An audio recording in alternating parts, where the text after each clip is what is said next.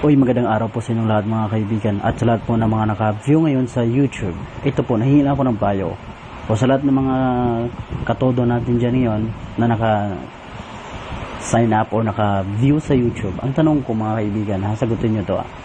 Bakit pag nag-iisa ang tao, kung saan man siya, sa boarding house, sa bahay, or naglalakad, nagtatrabaho, bakit yung tao nag-iisip?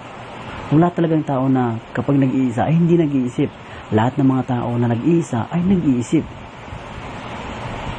Siguro marami silang problema o maraming bumabagabag sa kanilang isipan. Yan ang tanong talaga mga katodo na hindi natin masagot. Na kung bakit ikaw ay nag-iisa, ikaw ay nag-iisip. Ano kaya? Ano kayang feeling pag ikaw ay nag-iisa at marami kang iniisip? Wala na ako sa linya, wala na ako ngayon sa aking script, pero ang tanong ko, kaya ngayon iniisip ko, wala ako sa script, kaya nag-iisip ako kung ano sasabihin ko. O tingnan niyo mga katodo, di ba mahirap talaga mag-isip kapag mahirap talaga gumagawa o magtatrabaho na nag-iisip. Maraming bumabagabag sa isipan.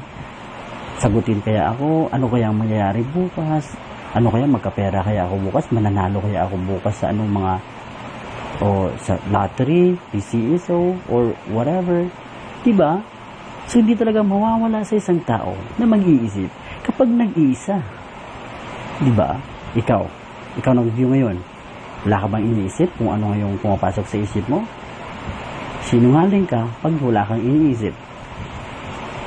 Think about it mga katodo. This is Daxi of Radyo Todo 88.5 Boracay Island. Magandang araw po sa inyong lahat mga katodo.